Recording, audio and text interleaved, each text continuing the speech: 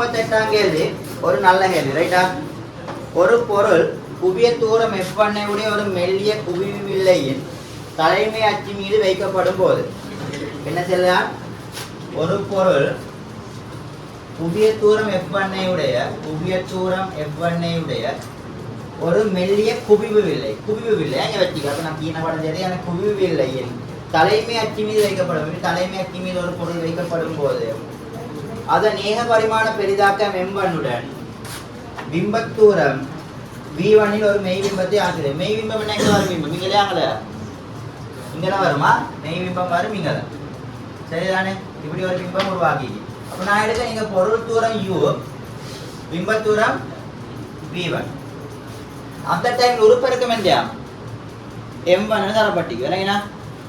உருப்பெருக்கம் m1 எங்களுக்கு தெரியும். a பரிமாண உருப்பெருக்கம் சமன் பிம்பத்திட பருமனின் கீழே பொருளோட பருமன் அல்லது வேற எப்படி சொல்லலாம்? பிம்பத்தூரத்தின் கீழே பொருள் தூரம். எனவே m1க்கு இன்னொரு விஷயம் சொல்லலாம், v1 கீழே u. அது போக வச்சுக்கணும். இவ்வில்லைக்கு பதிலாக குவிய தூரம் f2 உடைய இந்த வில்லைக்கு பதிலாக குவிய தூரம் f2 உடைய வேறொரு மெல்லிய குவியல் எகைன் குவிவில்லை தான் மெல்லிய குவிவில்லை அதே தானத்தில் வைக்கப்படும் போது ரைட் அந்த f2 பத்தி என்ன இல்ல?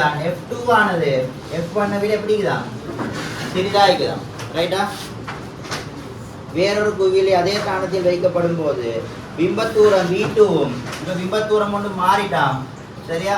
இப்போ நான் அதை நான் பொருள் தூரத்தை மாத்துறேன். ரைட்டா? u யூவா தான் நீக்குது. பொருள் தூரம் u யூவா தான் நீக்குது. பிம்பத்தூரம் v2வும் ஏன்னா எக்ஸ்பிளைன் பண்ண v2 எங்க கூடுமா குறையுமான்னு v2வும் பெரிதாக்கம் m2வும் திருப்தியாகும். பெரிதாக்கம் எவ்வளோ வருதான்? m2 ஸோ m2 சமன் இந்த v2 இங்கே u. ரைட். இப்போ நிபந்தனைகள் கேட்டீங்க, யாரு பெருது யாரு சிது அதுதானே கேள்வி. ரைட். இப்போ நான் அதுக்கு முன்னுக்கு ஒரு விஷயத்தை வாரம் பிள்ளைகள் நல்லா விளங்க எடுக்கும். இந்த நான் சொல்லித்தர போகிற கான்செப்ட் தெரியும் என்றால் இந்த கேள்விக்கெல்லாம் தட்டி போட்டு பேசுகிறாங்க கேள்வி. சரியா? சும்மா தட்டு இல்லை சார். ரைட். எந்த எழுதி கொண்டு வந்தா நீங்கள்? ரைட். பாருங்க, ஒரு வில்லையோட வலு பி என்றது நீங்கள் எந்த எழுது? ஒரு வில்லையின் வலு பி என்றா எடுங்க. நீங்கள் எந்த வலு பி என்று இருந்த 1/f இதுதான் உங்களுக்கு தெரியும். நீங்கள் மனப்பாடமாக்க பிள்ளைகளே. ரைட்டா? பி என்ன 1/f எழுது. வலுவண்டா எந்தின் ஹேட்டாக்குள்ள ஒரு கருவியிட ஒரு வில்லையிட குவிவு வில்லை என்றால் குவிக்கும் மாற்று தான் இந்த வலு. குழிவு வில்லை என்றால் அது விரிவில்லையானே விரிக்கும் மாற்று தான் வலு.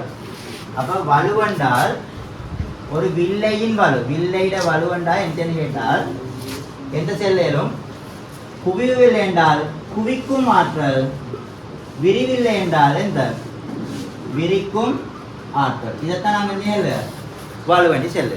விளங்கிட்டா? அப்ப யாருக்கு விரிக்கும் ஆற்றல் கூடையோ அவர் தான் இந்த வலு கூடியவராயிருப்பாரு. விரிவில்லையில வலு கூட யாருக்கு? யார் நல்லா கதிரை விரிக்கின்றது. குவிவு வில்லையில யாருக்கு வலு கூட கேட்டால் யார் நல்லா கதிரை குவிக்கியாரோ அவர் தான் இந்த வலு கூடினவராயிருப்பார். உதாரணத்துக்கு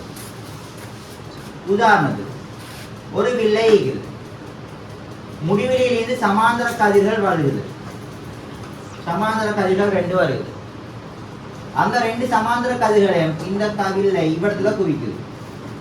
இப்படி குவிக்கி இந்த கதிரை அவனுக்கு இது ஒரு படம். இன்னொரு வில்லை இருக்குது. ரைட்? அதே இடத்துல வரையுதுன்னா இன்னொரு வில்லை இருக்குது. அந்த வில்லைக்கும் சமாந்தர கதிர்கள் 2 வருகிறது. அந்த அவர் வில்லு கதிரை இவ்விடத்துல குவிக்குது. ரைட்டா? இப்ப நீங்க சொல்லுங்க, யாருக்கு குவிக்கும் ஆற்றல் கூட? படம் 1 லீக்கிய வில்லைக்கா படம் 2 லீக்கிய வில்லைக்கா குவிக்கும் ஆற்றல் கூட? குவிக்கும் ஆற்றல் கூட யாருக்கு? படம் 2 லீக்கிய வில்லை. அவர் நல்லா குவிச்சு விட்டிக்காரு. அதுல இவர் குவிச்சிக்க அளவு குறைச்சல. அது தூரத்துல வைத்து முடிஞ்சிக்காரு. அப்ப குவிக்கும் ஆற்றல் யாரு கூட? வில்லை 2க்கு. இவருக்கு தான் குவிக்கும் ஆற்றல் கூட என்றால் இவர் தான் குவிக்கும் ஆற்றல் கூட. அப்ப இவர் தான் எது கூட? வலு கூட. இவட வலு கூட P2 என்றா அடிச்சால் இவட வலு P2 கூட P1 விட்டு நீங்க செல்லுங்க. நீங்கள் 1/f தானே உள்ள வலுவனு சொன்னேன். இப்போ நீங்கள் சொல்லுங்க, இங்கே பாருங்க, இங்கேயும் நீங்கள் காண இதே எவ்வளோ குவிய தூரம் F1, இங்கேயும் நீங்கள் காண குவிய தூரத்தை F2 என்ற யாரு கூட F1 கூட F2வா F1 கூட. அப்போ F பெரிதாச்சு இருக்கு, P என்ன செய்யும்? குறையும். P குறையண்டா குவிக்கும் ஆற்றல் குறையும். விளங்குதா? குவிக்கும் ஆற்றல் என்ன செய்யும்? குறையும். குவிக்கும் ஆற்றல் குறையும். அப்போ F குறைய again F குறையுதென்றால் என்ன செய்யும்? P கூடும். குவிக்கும் ஆற்றல் கூடும். விளங்கிட்டா? அப்போ வலுவன்றது எப்படி டிஃபைன்ட் ஆகிக்கணும் விளங்குதா? இதுக்கு போகிற வில்லையோட வலுவண்டான்னு தெரியட்டா 1/f செல்ல வேணாம். குவிவு இல்லை என்றால் யாருக்கு குவிக்கும் ஆற்றல் கூடியோ அவர் தானே இந்த வலு கூடினவர். விரிவில்லை என்று எடுத்தால் யாருக்கு நல்ல விரிக்கும் ஆற்றல் கூடியோ அவர் தானே இந்த வலு கூடினவர். வலு கூடினவருக்கு மீடியரன், வலு கூடினவருக்கு மீடியரன் மீடியர் இல்லை எஃப்ஐஆர் எல்லாம் மீடியரன் சாரி. வலு கூடினவருக்கு குவிய தூரம் எந்த குறைவாய். வலு கூடினவருக்கு குவிய தூரம் குறைவாய். ஸோ நீங்கள் செல்லுங்க, இப்போ புள்ளி நல்லா யோசிச்சு செல்லுங்கோ. F1 விட F2 சிறிதுதானே? F1 விட F2 சிறிதுதானே? அப்போ கதிரை என்ன செஞ்சுப்பாரு? குவிக்கிப்பாரா? நீ கொஞ்சம் குவிக்கி ஆற்றல் கூடிக்குமா உடஞ்சிக்கும் இது அதை விடுங்களே. இப்போ நீங்கள் உதாரணத்துக்கு முடிவிலிருந்து வார கதிர் எடுங்களே. முடிவிலிருந்து வார கதிர் ரெண்டு. முடிவிலிருந்து வார கதிர்னா யார் கூட தூரம் வைத்து போடுவார்? இவரே கூட தூரம் வைத்து போடுவார், இவர் குறைய தூரம் வைத்து விடுவார். அப்போ யார் விம்ப தூரம் குறைச்சு? விம்ப தூரம் குறைச்சு. அப்போ V1 இங்கே என்றால் V2 எங்கே வைக்கும்? சரியா உள்ள சொன்னது. அதாவது இவரை விட இவருக்கு எந்த வீட வலுவ செல்லும் P1 சமன் எந்த 1/f1. இதுக்கு எந்த P2 சமன் 1/f2. F2 சிறிதன்றதால P2 எப்படி இருக்கும்? கூட. குவிக்கும் ஆற்றல் கூட. இவர் நல்லா குவிக்காருனா பிம்பத்தூரம் கூடுமா வரையுமா? யோசிச்சு சொல்லுங்க, ப்ராக்டிக்கலா யோசிங்க. பிம்பத்தூரம் கூடுமா வரையுமா? குறையும். நல்லா குவிக்காரே போட்டுக்கொண்டு விரிக்கல, நல்லா குவிக்காரு. அப்போ கதிர் கிட்டத்தான் குழப்பாகும். தூரத்தை வைத்து விடுவாரா? இல்லை, எப்படி ப்ராக்டிக்கலாக விலங்கு எடுக்கணும். விலங்கினா அப்போ இந்த எம்சிக்கோ நைஸாக தட்டேடும் விலங்குதா?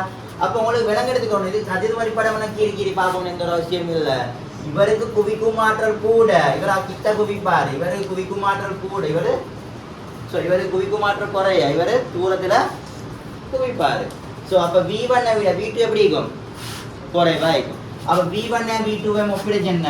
V1 பெரிது V2. ஓகே. அகைன் V1 விட V2 சிறிது தானே? அப்போ M2 எப்படி இருக்கும்? சிறிதா தானே இருக்கும். அப்போ M1 பெரிது M2 விட. சரிங்களா? இது நான் ஆன்சர். எல்லாம் உள்ள கத்திலாம் வச்சுருவான். 4ஆம் ஆன்சர் வருதா இல்லையா? V1 கூட V2 விட, M1 கூட M2 விட. இந்த கேள்வி செய்யறதுக்கு எக்ஸாம் போடல. இப்போ இந்த ஐடியா உங்களை தலையில் இருக்குது என்றால் மில்லி செகண்ட் கணக்கில் டைம் தேவைப்படும். சரிதானே? விளங்குதா? இதுக்கெல்லாம் படம் கீறி பார்க்கணுமா? கதிர் வரைபடம் நீங்கள வீட்டில் செய்துட்டு சம்டைம் கதிர் வரைபடம் கீறி பார்த்து தான் செஞ்சுப்பீங்க. இந்த கான்செப்ட் தலையில் அப்படி தானே செஞ்சு சிரிக்க தெரியும். அப்படி தானே செஞ்சு ரைட்டா? இது கதிர் வரைபடம் கீறணுமா? தேவையில்ல. குவிக்கக்கூடியவர், குவிக்கும் ஆற்றல் கூடியவர் கிட்ட குவிப்பார். ரொம்ப தூரம் குறைவாயிருக்கும். விளங்கிட்டா? அவ்வளோதான் கான்செப்ட். ரைட். அவன் நோட் பண்ணிக்கோங்க.